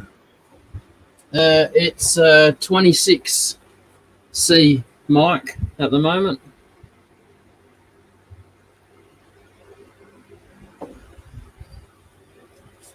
I would suspect it's high humidity, but that could just be me. We've got -1 here at the moment. Oh, yeah. Cool. Bit of a frost, but it's been milder this week, but I think it's cooling off again.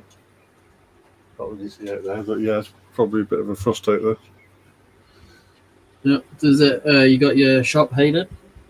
Yeah, well, not permanently, but when I go in there, if it's cold, I'll turn on I've just got a fan heater, put that on for a bit, and it warms it up enough.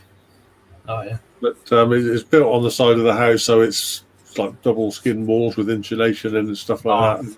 Double glazed window, so it's not too bad, even when I haven't used it for a bit and it hasn't been heated. It doesn't get too bad, and usually half an hour or so with the heater on, and it's fine.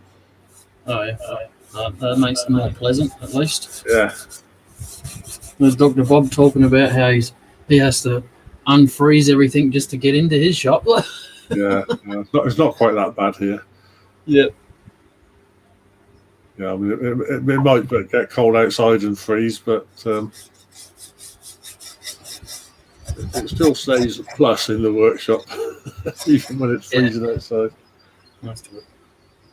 There's a little bit more incentive to want to be in the shop in the freezing then, isn't it, when you've got a heater at least? Yeah, exactly, yeah. It's too cold, it puts you off going out there, doesn't it? Yeah. Yep, well, I'm kind of hoping when summer comes around for Dr. Bob, he can I can maybe persuade him to do a bit of turning. Yeah. I've only ever seen him turn once Hmm. in my lives. So, All right.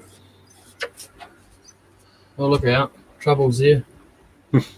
Hi. Hello. What's going on?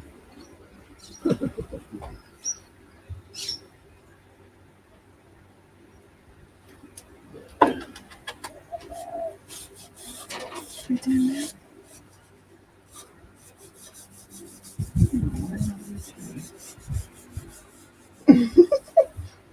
You right there? She just wants out of here.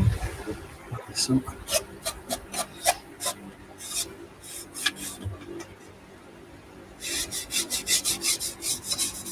what's your favourite kind of wood to turn? All sorts really, but I suppose I use quite a lot of the light coloured woods because I like colouring stuff. So I use a lot of ash. Fair amount of things like that, ash, sycamore. I quite like yew as a wood just to turn natural because it's just always got interesting grain. But probably what I use most of is ash. Do you get that for free? No, not always, but various places. Some I get as just logs or branches, and I'll cut it up myself. Sometimes I'll just buy a slab of it. Yep. And then cut it how I want. Well, I've got quite a stockpile at the moment. I bought a load, or must be, roughly 2 years ago now. Yep. And I haven't used it all up yet.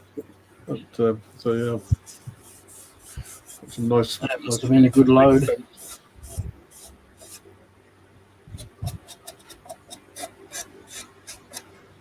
Yeah, all my wood's been roadside finds, or we got gum tree. Do you guys have that there? Yeah. We got got a lot. Always free wood on there for sale. Free rather, you whacker. Yeah, so that's the majority of our woods come from. The peppercorn was in my backyard, so got plenty of that, and I got a whole tree of Chinese elm about this time last year. So elm's a nice one to turn, isn't it? Sorry. Elm's a nice wood to turn. Yeah, it is. Yes. But I've got a new neighbour who just moved in a few weeks ago, right across the road from me, and he's a tree surgeon. Oh, nice. And I've had a chat with him a couple of times, and he knows I use the wood and do wood turning. And a couple of times he just knocked on the door, said, "I've got this lump. Do you want it?" And I've got these 2 big lumps of walnut he's dropped off for me. Oh. Just offcuts really, and he said, "Is any good to you?" I said, "Yeah, I'll do something with it." So, but yeah, he gave me one, and then a week or 2 later, he knocked on the door again and said, "I've got another bit of this walnut. Do you want it?" I said, "Yeah." She said, "Right, I'll just drop it at the end of the drive for you." So, I haven't done anything with it yet, but they're good sized pieces actually, so I should get some decent sized blanks out of it. Yeah, it's always good when that happens, that's for sure, especially walnut. Yeah. Yeah, one of them's a crotch piece, so I'm hoping it's got some nice figure in it as well. Oh, yeah.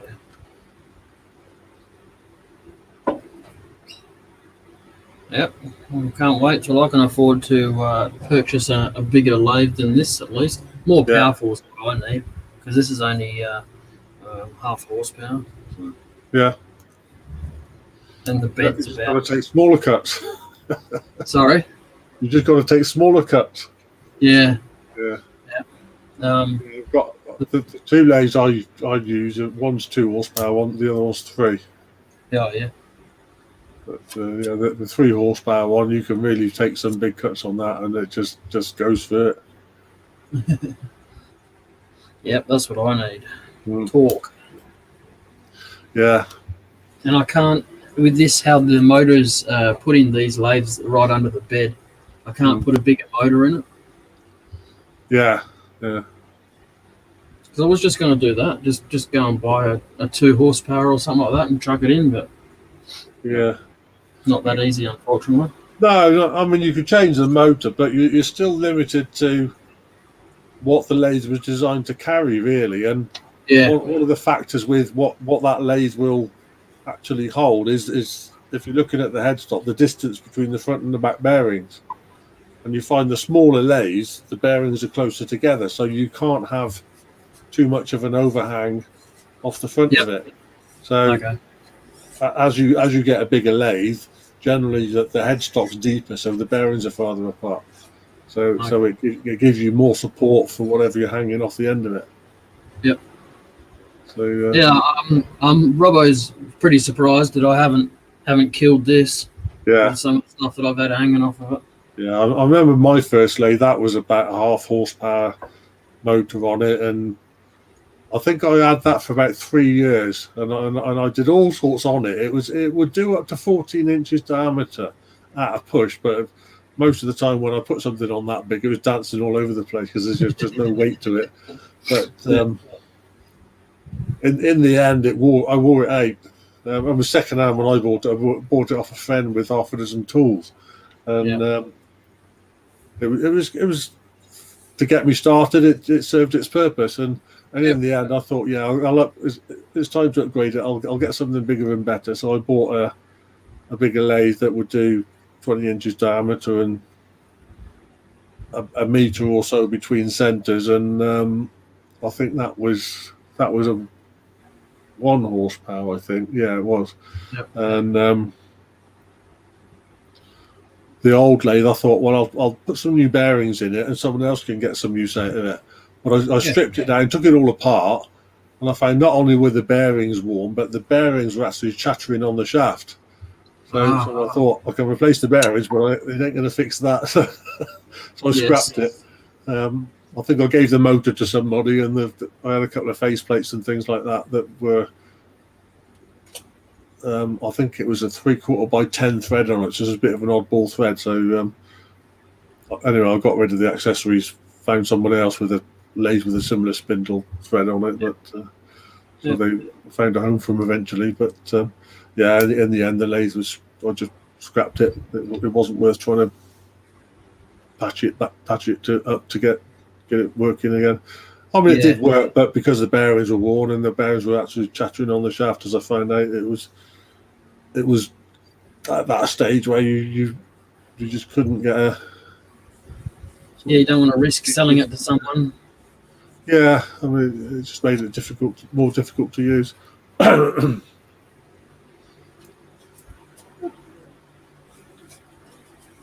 long have you been turning for? Oh, about 22 years now. Yeah. So yeah, quite a while.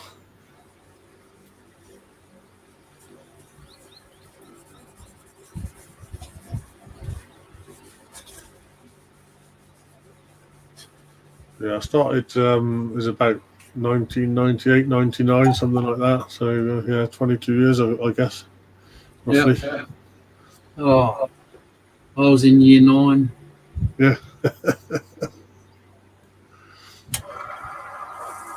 I started when we moved to this house, or not long after we moved to this house. So we bought the lathe.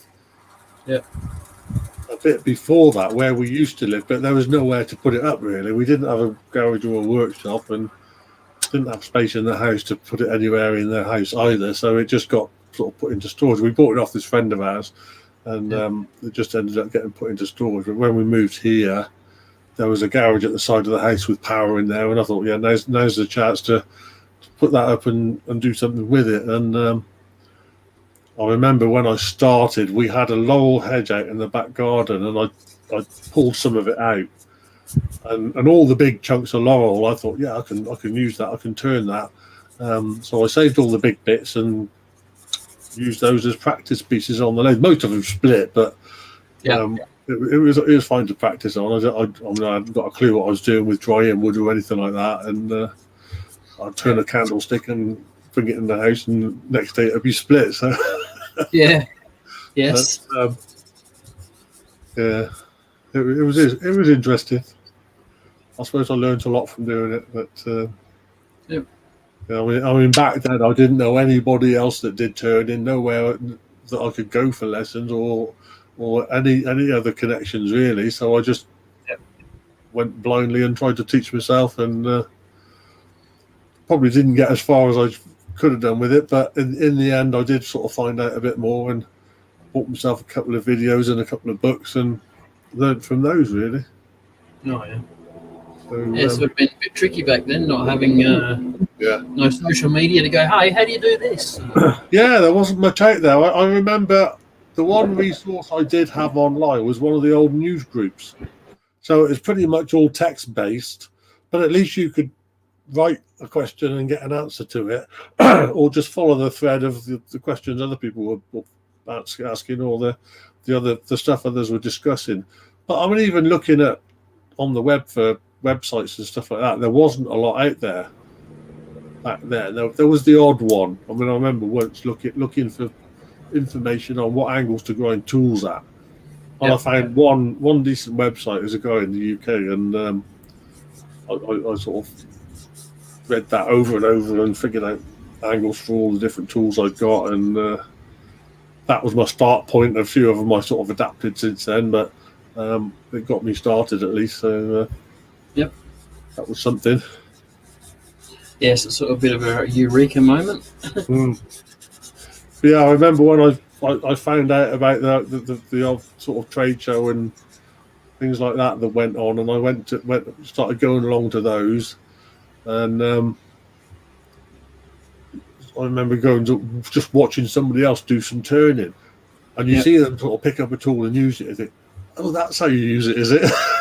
I've been messing around with that for probably 18 months and doing it all wrong. I think, that's how you hold it, and that's the way you're supposed to put it on the wood, and things like using the bevel, things like that. So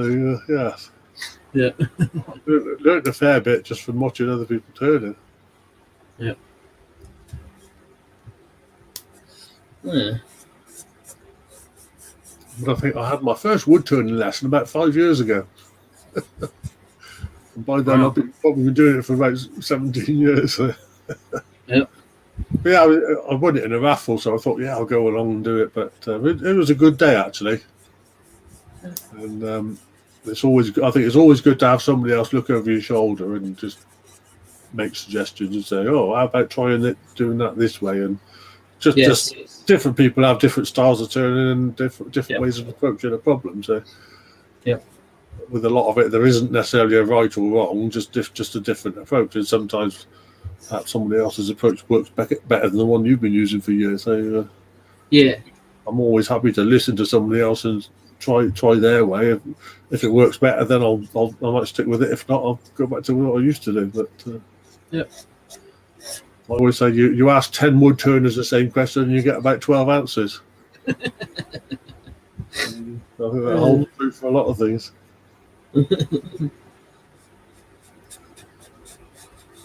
What I find quite amusing either on the online forums or social media and stuff like that, somebody can ask a question and you get 6 people that haven't got a clue responding. And either they answer a totally different question, or they try to answer that question and get it totally wrong anyway. And then eventually somebody will come along with the right answer. But by the time that's happened, you've already got several people tried to answer it or discussing it, or it's gone off onto some other tangent. So probably the right answer gets lost in all the other stuff. Yes. I've seen that happen. Complicated a bit. Yes. All right, Paul. I'm going to knock it on the head now. Yeah, I know. Thank you very much for coming.